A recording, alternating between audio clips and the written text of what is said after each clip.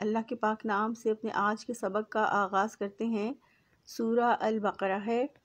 آیت نمبر 96۔ ارشاد باری تعالیٰ ہے وَلَا تَجِدَنَّهُمْ أَحْرَصَ النَّاسِ عَلَىٰ حَيَاةٍ وَمِنَ الَّذِينَ أَشْرَكُوا يَوَدُّ أَحَدُهُمْ لَوْ يُعَمَّرُ أَلْفَ سَنَةٍ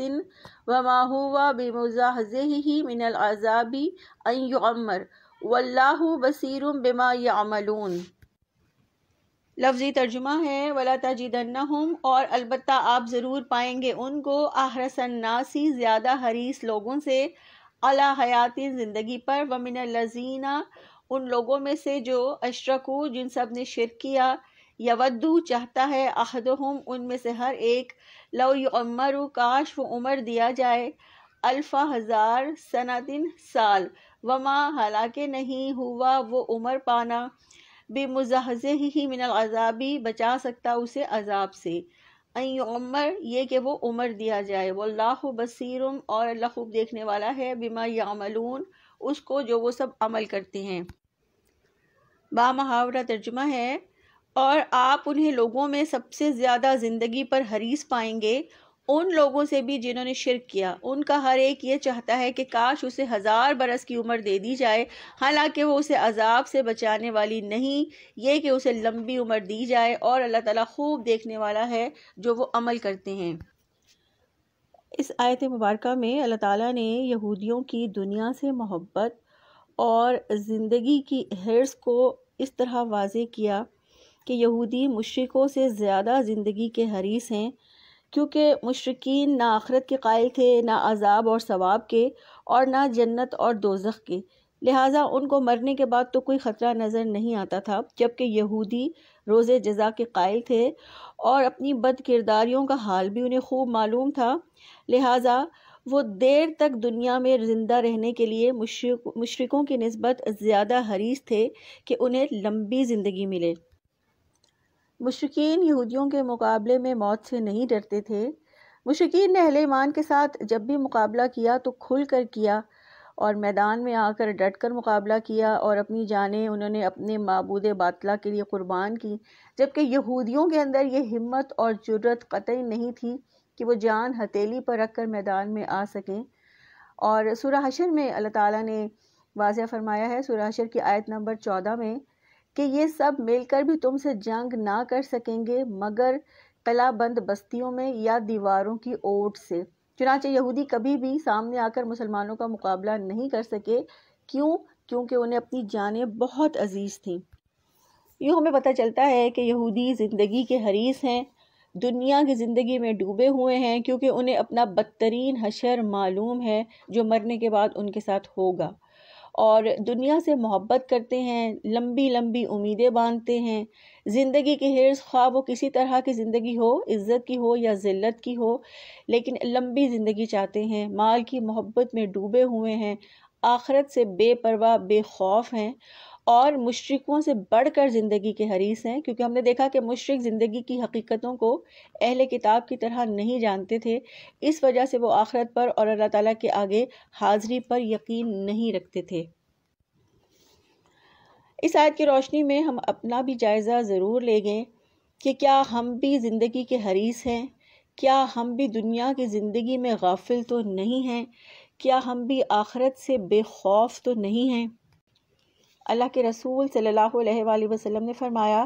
ابن آدم بوڑھا ہو جاتا ہے لیکن 2 چیزوں میں جوان رہتا ہے، عمر کی حرص اور مال کی حرص میں۔ پھر اسی طرح ایک اور حدیث میں آپ صلی اللہ علیہ وآلہ وسلم نے فرمایا، دنیا میں ایسے رہو گویا اجنبی ہو یا راہ چلتے مسافر ہو، اور اپنے آپ کو قبر والوں میں شمار کرو۔ پھر فرمایا، یود احدہم لو یعمر الف سنہ، ہر ایک ان میں یہ خواہش رکھتا ہے کہ اسے 1000 برس کی عمر دی جائے۔ یہودی زندگی کے اتنے حریص ہیں کہ وہ 1000 برس بلکہ اس سے بھی زیادہ کی زندگی چاہتے ہیں، اور اللہ تعالیٰ نے اس کا جواب دیا، وَمَا هُوَ بِمُزَحْزِحِهِ مِنَ الْعَذَابِ أَن يُعَمَّرَ، کہ اگر انہیں یہ عمر دے بھی دی جائے تو یہ عمر ان کو عذاب سے نہیں بچا سکتی۔ اللہ تعالیٰ نے اس آیت میں واضح کر دیا کہ اگر یہود کو ان کی خواہش کے مطابق طویل زندگی دے بھی دی جائے تو یہ طویل زندگی انہیں عذاب سے چھٹکارا نہیں دلا سکتی، کیونکہ آخرت تو بالآخر آنی ہے اور انہیں ان کے کرتوتوں کی، ان کے اعمال کی سزا مل کے رہنی ہے۔ پھر فرمایا واللہ بصیر بما یعملون، اور اللہ دیکھ رہا ہے جو کچھ یہ کر رہے ہیں۔ یعنی اللہ تعالیٰ نہ تو ان کے اعمال سے بے خبر ہے، نہ ان کے اعمال کے پیچھے ان کے ارادوں اور ان کی نیتوں سے بے خبر ہے۔ اللہ تعالیٰ کو سب خبر ہے کہ ان کی نیتیں کیسے بنتی ہیں اور کام کیسے ہوتے ہیں۔ یہ یقین کہ اللہ تعالیٰ سب کچھ دیکھ رہا ہے انسان کی زندگی پر بہت اثر انداز ہوتا ہے، کیونکہ یہ یقین کہ ہر کام کو اللہ دیکھ رہا ہے انسان کی زندگی ہی بدل دیتا ہے۔ انسان اپنے ہر عمل پر جب رب کی نظروں کو شعوری طور پر محسوس کرنے لگتا ہے تو پھر اللہ کی نافرمانیوں سے باز آ جاتا ہے، پھر تنہائی میں بھی گناہوں سے باز آ جاتا ہے۔ اللہ تعالیٰ نے زندگی کی حرص جو دلوں کے اندر بسی ہوئی تھی اس سے یہ شعور دلایا ہے کہ اللہ تعالیٰ تمام کاموں کو دیکھنے والا ہے، اور حقیقت یہ ہے کہ یہ اللہ تعالیٰ کی رحمت ہے کہ وہ انسان کی اتنی نافرمانیوں پر بھی اسے اپنی آگ کا شعور دیتا ہے، اور یہی شعور انسان کی سب سے بڑی دولت ہے۔ اور یہ بھی اللہ تعالیٰ کی بہت بڑی رحمت ہے کہ اللہ تعالیٰ نافرمانیوں پر فوراً ہی نہیں پکڑتا، بلکہ اللہ ڈھیل دیتا ہے، اللہ مہلت دیتا ہے استغفار کرنے کی بھی اور اپنے گناہ کو نیکی میں بدلنے کی بھی۔ آیت نمبر 97 ہے قُلْ مَنْ كَانَ عَدُوًّا لِجِبْرِيلَ فَإِنَّهُ نَزَّلَهُ عَلَى قَلْبِكَ بِإِذْنِ اللَّهِ مُصَدِّقًا لِمَا بَيْنَ يَدَيْهِ وَهُدًى وَبُشْرَى لِلْمُؤْمِنِينَ۔ لفظی ترجمہ ہے قل آپ کہہ دیجئے من کانا جو ہے عدوّا دشمن لجبریل جبرائیل علیہ السلام کا، فَإِنَّهُ تو بے شک اس نے نزلہ اس کو اتارا ہے علی قلبی کا تیرے دل پر، بِإِذْنِ اللَّهِ اللہ کے حکم سے، مصدقا لما تصدیق کرنے والا ہے اس کی جو بین یدیہ اس سے پہلے ان کے ہاتھوں میں ہے یا جو اس سے پہلے کتابیں نازل ہوئیں، وہدن اور ہدایت، وبشرا اور خوشخبری، للمؤمنین سب ایمان والوں کے لیے۔ با محاورہ ترجمہ ہے آپ کہہ دیجئے جو جبرائیل علیہ السلام کا دشمن ہے تو اس نے تو اللہ کے حکم سے آپ کے دل پر اس قرآن کو نازل کیا ہے جو اپنے سے پہلی کتابوں کی تصدیق کرنے والا ہے اور ایمان والوں کے لیے ہدایت اور خوشخبری ہے۔ یہودی حضرت جبرائیل علیہ السلام کو اپنا دشمن سمجھتے تھے اور وہ کہتے تھے کہ یہی وہ فرشتہ ہے جو کئی بار ہم پر عذاب لایا، اور یہی وہ فرشتہ ہے جو ہمارے دشمنوں کو ہم پر غالب کرتا رہا۔ اسی طرح بنی اسرائیل کے بجائے بنی اسماعیل میں سے آخری نبی کا مبعوث ہونا بھی یہودیوں کے لیے ناقابل برداشت تھا، کیونکہ یہودی جس احساس برتری کا شکار تھے اس کی روح سے وہ بنی اسماعیل کو حقیر سمجھتے تھے، اور ان کا کہنا تھا کہ یہ امی یعنی کہ ان پڑھ لوگ ہیں، نہ ان کے پاس کوئی کتاب ہے، نہ کوئی شریعت ہے، اور نہ ہی کوئی قانون اور ضابطہ ہے، لہٰذا اللہ تعالیٰ نے ان میں سے کیسے کسی شخص کو چن لیا نبوت کے لیے۔ ان کا خیال تھا کہ یہ حضرت جبرائیل علیہ السلام کی شرارت ہے کہ وہ وحی لے کر محمد صلی اللہ علیہ وآلہ وسلم کے پاس چلے گئے، لہٰذا وہ حضرت جبرائیل علیہ السلام کو اپنا دشمن تصور کرتے اور انہیں گالیاں دیتے تھے۔ حضرت انس رضی اللہ تعالیٰ عنہ بیان کرتے ہیں کہ جب عبداللہ بن سلام رضی اللہ تعالیٰ عنہ جو اسلام لانے سے پہلے یہود کے بہت بڑے عالم تھے، انہوں نے رسول اللہ صلی اللہ علیہ وآلہ وسلم کی مدینہ تشریف لانے کی خبر سنی تو وہ اس وقت آپ صلی اللہ علیہ وسلم کی خدمت میں حاضر ہوئے اور عرض کیا کہ میں آپ سے 3 ایسی چیزوں کے متعلق پوچھتا ہوں جنہیں نبی کے سوا اور کوئی نہیں جانتا۔ انہوں نے کہا کہ آپ بتلائیے کہ قیامت کی نشانیوں میں سے سب سے پہلی نشانی کیا ہے؟ پھر دوسرا سوال پوچھا انہوں نے کہ اہل جنت کی دعوت کے لیے سب سے پہلے کیا چیز پیش کی جائے گی؟ اور تیسرا سوال پوچھا کہ بچہ کب اپنے باپ یا ماں کی صورت میں ہوتا ہے؟ رسول اللہ صلی اللہ علیہ وآلہ وسلم نے ان کو جواب دیا کہ مجھے ابھی ابھی جبرائیل علیہ السلام نے آ کر ان کے متعلق بتایا ہے۔ تو عبداللہ بن سلام بولے کہ کیا جبرائیل علیہ السلام نے؟ آپ صلی اللہ علیہ وسلم نے فرمایا کہ ہاں۔ عبداللہ بن سلام نے کہا کہ وہ تو یہودیوں کے دشمن ہیں۔ اس پر نبی کریم صلی اللہ علیہ وآلہ وسلم نے یہ آیت تلاوت فرمائی، من کان عدوا لجبریل فإنہ نزلہ علی قلبک۔ اور پھر اس کے بعد آپ صلی اللہ علیہ وآلہ وسلم نے ان کے سوالات کے جواب میں فرمایا کہ قیامت کی سب سے پہلی نشانی ایک آگ ہوگی جو انسانوں کو مشرق سے مغرب کی طرف جمع کر کے لے جائے گی۔ اور دوسرے سوال کے جواب میں آپ نے فرمایا اہل جنت کی دعوت میں جو کھانا سب سے پہلے پیش کیا جائے گا وہ مچھلی کا جگر ہوگا۔ اور تیسرے سوال کے جواب میں آپ صلی اللہ علیہ وآلہ وسلم نے فرمایا کہ جب مرد کا پانی عورت کے پانی پر غالب آ جائے تو بچہ باپ کی شکل پر ہوتا ہے، اور جب عورت کا پانی مرد کے پانی پر غالب آ جائے تو بچہ ماں کی شکل کا ہوتا ہے۔ یہ سن کر عبداللہ بن سلام رضی اللہ تعالیٰ عنہ بول اٹھے کہ میں گواہی دیتا ہوں کہ اللہ کے سوا کوئی معبود نہیں، اور میں گواہی دیتا ہوں کہ آپ صلی اللہ علیہ وآلہ وسلم اللہ تعالیٰ کے رسول ہیں۔ پھر فرمایا فَإِنَّهُ نَزَّلَهُ عَلَى قَلْبِكَ بِإِذْنِ اللَّهِ، تو اس نے اللہ تعالیٰ کے حکم سے آپ کے دل پر، یعنی آپ صلی اللہ علیہ وآلہ وسلم کے دل پر قرآن کو نازل کیا ہے۔ رب العزت نے آپ صلی اللہ علیہ وآلہ وسلم سے فرمایا کہ ان یہودیوں سے کہہ دیجئے کہ جن کا یہ گمان ہے کہ ان کو آپ صلی اللہ علیہ وآلہ وسلم پر ایمان لانے سے اس چیز نے روکا ہے کہ جبرائیل علیہ السلام آپ پر وحی لے کر آتے ہیں، تو کوئی اور فرشتہ آتا تو وہ آپ صلی اللہ علیہ وسلم پر ایمان لے آتے۔ یہ گمان درست نہیں، کیونکہ تمہارا ایمان نہ لانا تمہارے حسد، ضد اور تکبر کی وجہ سے ہے۔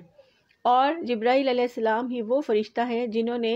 آپ سے پہلے انبیاء پر بھی وحی نازل کی، اور انہوں نے ہی آپ علیہ السلام کے دل پر قرآن نازل فرمایا ہے۔ جبرائیل علیہ السلام اپنی مرضی سے نہیں بلکہ اللہ تعالیٰ کے علم کے اور اللہ کے ارادے اور اللہ کے حکم، اللہ کی دی ہوئی آسانی اور سہولت کے ساتھ وحی لے کر آپ صلی اللہ علیہ وآلہ وسلم کے پاس آئے۔ جبرائیل علیہ السلام پیغام لانے والے ہیں، بھیجنے والا اللہ تعالیٰ ہے۔ پھر فرمایا مصدقا لما بین یدیہ وہدی وبشریٰ للمؤمنین،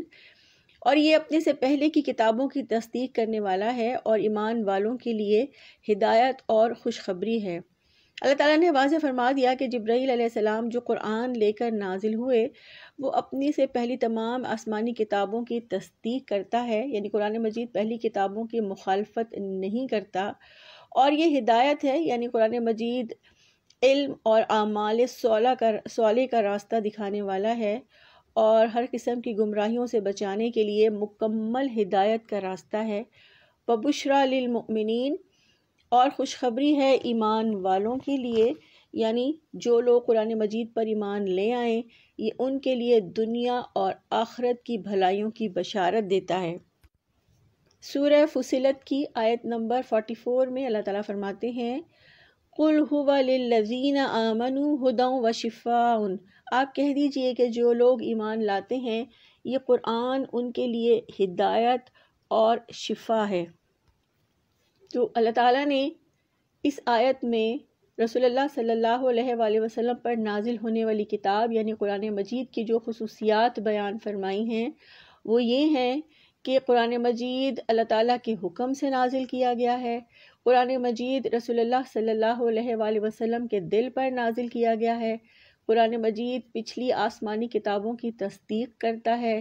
قرآن مجید انسانوں کے لیے اللہ تعالیٰ کی طرف سے ہدایت اور رہنمائی ہے، اور ایمان والوں کے لیے خوشخبری ہے۔ قرآن مجید تورات اور انجیل کی تصدیق کرتا ہے کہ یہ کتابیں بھی اللہ سبحانہ و تعالیٰ کی جانب سے نازل کی گئی ہیں